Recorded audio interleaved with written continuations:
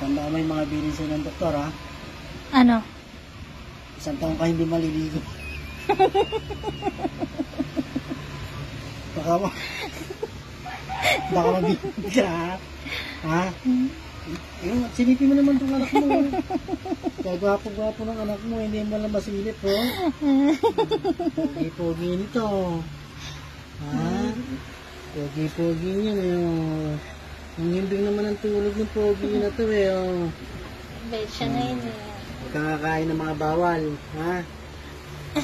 Basta, kahit yung unang paliwanag, unang habilin lang sa'yo na isang taong kayo di maligo, yun lang magawa mo, masaya na ako.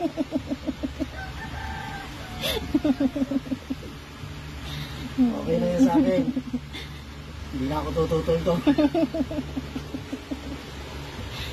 Ang maingay. Natutulog yan, eh.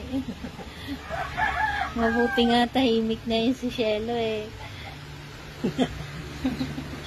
Tutulog yan, matutulog din ako.